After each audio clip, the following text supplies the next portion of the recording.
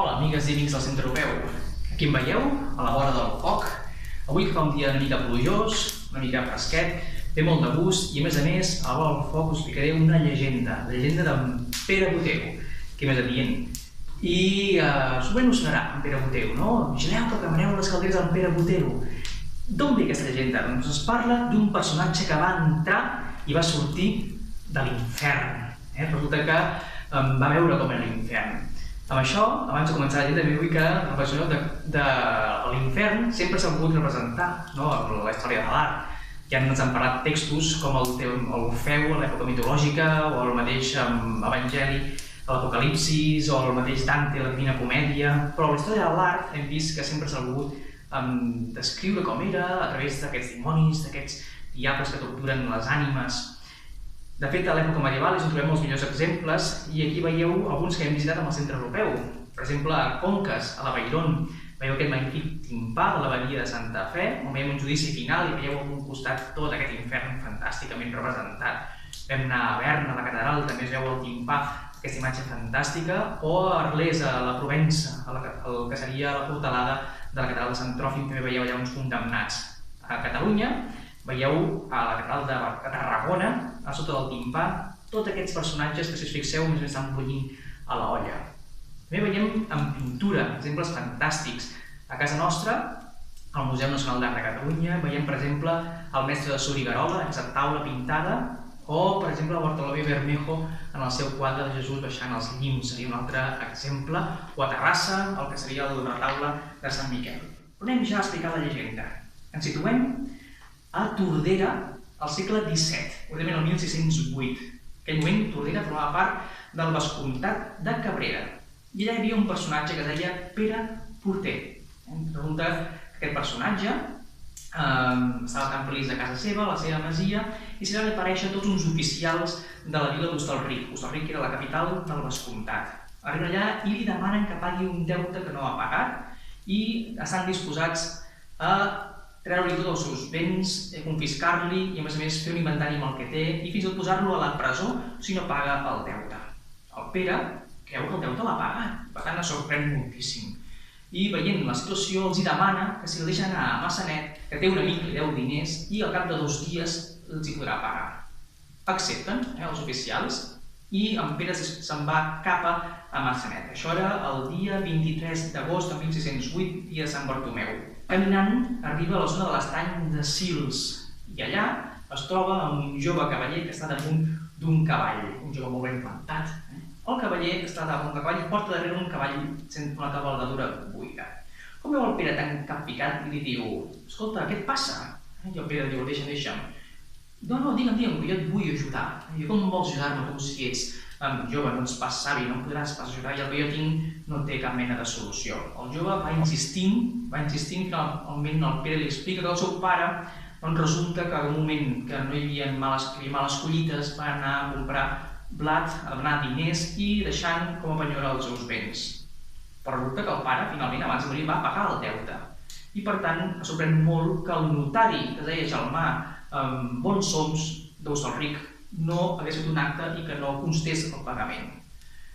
A més, desesperat, el notari ja havia mort i per tant no hi havia manera de trobar aquest acte. El jove insisteix que puja el cavall amb ell, el cavall de darrere, i que l'ajudarà.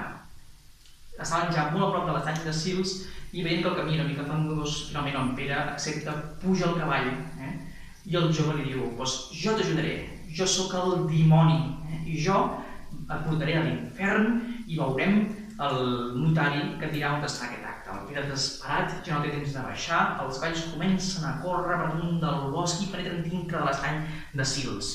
Comencen a cavalcar damunt de boscos, de valls, de muntanyes, travessen un oceà i arriben finalment a una plana i baixen el cavall i en Pere comença a veure tot de dimonis que estan fent tot d'actes i turments a diversos personatges.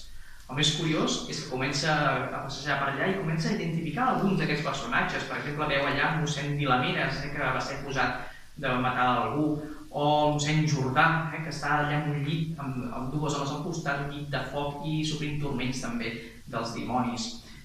I així altres personatges que ell coneix, fins a arribar a veure el notari.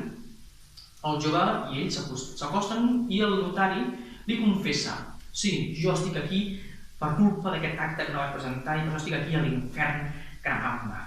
El Pere, quan sent el nom de l'infern, diu: Jesús, Maria, salveu-me. En dir aquests noms, els dimonis al voltant s'esveren, senten un turment terrible, se'n van cap al Pere. Per què dius aquests noms? No podem escoltar-los. I li veient això, i sabent el que passa, comencen a torturar el notari perquè digui de seguida on té amagat l'acte. El notari ho explica i diu: està a casa meva, davant de l'armari, a les rajoles, entre les 7 i la 12, a sota del llibret, i a la pàgina número 27, trobaràs l'acte que busques. En Pere, sorprès pel tema, parla amb el jove i diu: escolta, ja ho sé, ara escolta, treu-me d'aquí. I el jove diu: escolta, jo soc el diable, jo estic encarregat de portar ànimes a l'infern, però no pas de treure-les, no et penso ajudar. I el Pere, veient això, torna a dir: Jesús, Maria, salveu-me.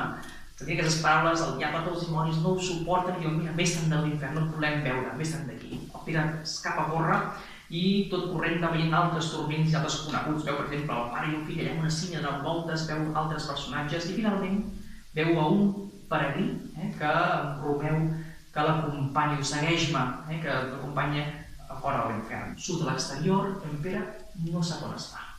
Comença a caminar, arriba a un poble, arriba al forn, va comprar el pa i es posa a pagar el pa amb un ral català. I la dona diu: no puc acceptar aquesta moneda perquè aquí no estem a Catalunya, estem a València, estem a Morvedre, estem a poc de Sagunt. I el Pere, en veure que està tan lluny de casa, es desmaia. Es desperta en un hostal, ja que un conegut seu de Tordera l'ha portat allà, i parlant amb el jove de Tordera se'n dona compte que, a més, està el dia 1 de setembre, el dia de Sant Daniel. Per tant, han passat molts més dies del que ell pensava. Desesperat, explica finalment el que ha viscut i ningú se'l creu. Tothom se'n riu d'ell i desesperat marxa d'allà i va a peu fins a Tordera i fins a Estorric a trobar l'acte. Arriba allà i la gent del poble el veuen i diuen: què t'ha passat? Què t'ha passat? En Pere els explica el que ha passat i tothom se n'en riu, evidentment ningú se'l creu. I va dient: però jo he vist el teu pare a l'infern, jo he vist el notari a l'infern. Resulta que finalment, com que ningú se'l creu, ell diu: sisplau, acompanyeu-me a Estorric, acompanyeu-me a la casa del notari, on som, que us demostraré que és veritat. I sí, finalment, acompanyat per l'alcalde d'Hostalric, acompanyat per l'alcalde de Tordera, se'n van a la casa del notari, truquen a la porta, obre la dona i diu: per aquí no trobeu per res, perquè tots els papers estaven a la notaria. I el Pere insisteix. Tothom se n'en riu, perquè molts veïns ja estaven allà també veient el que passava. Finalment deixen entrar, com que està insistent, entra i va a la sala i es posa davant de l'armari, precisament davant sobre les rajoles que havia dit el notari. Diu: a sota meu, aixequeu aquestes rajoles i torneu la llibreta. I si mireu la pàgina 27 veureu l'acte. Ho fan i realment és així. Tothom es queda sense paraules i veuen que tenia raó. Per tant, que acaba així la llegenda, restituint-li tots els béns al pobre Pere Porter del que li havia empès. Diu per això que de tant parlar de l'infern va ser acusat i va anar finalment a la Inquisició, que el van condemnar. Sí com sigui, veiem que és una llegenda ben curiosa, una llegenda popular, que es van explicant de boca a boca, es van fer diversos manuscrits. Per tant, sempre veureu algunes diferències en la llegenda del Pere Botero que ha anat posant la gent amb el que ha anat explicant. De fet, és molt curiós perquè la llegenda era bàsicament oral fins que la Renaixença es va recuperar i sobretot en Víctor Balaguer va fer un escrit on parlava dels carrers de Barcelona i en Víctor Balaguer és qui posa el nom de Pere Botero a Pere Porter, es fa més popular aquest nom i a més canvia algunes coses, com per exemple, no diu que surti a València, sinó que diu que surt al carrer de l'Infern, un carrer que es troba just davant de la catedral, que avui ha desaparegut, on hi havia uns hostals prostíbuls, hi havia l'hostal de l'Infern, on diuen que allà va sortir el Pere de l'Infern. Per tant, són diverses variants. A més, s'ha fet últimament diversos estudis sobre aquesta llegenda i sobre la veracitat. I diuen que Pere Porter va existir, hi ha l'acte de naixement a la parròquia de Sant Esteve de Tordera, i també diuen que ell era administrador de l'Hospital de Tordera i diuen que va ser també, com us dic, jutjat per la Inquisició, va ser excomunicat i en el llit de mort es va retractar el que havia dit i van aixecar-li l'excomunió. Per tant, és una història que té la seva petita veritat al darrere. Aquí acabem la llegenda del Pere Botero.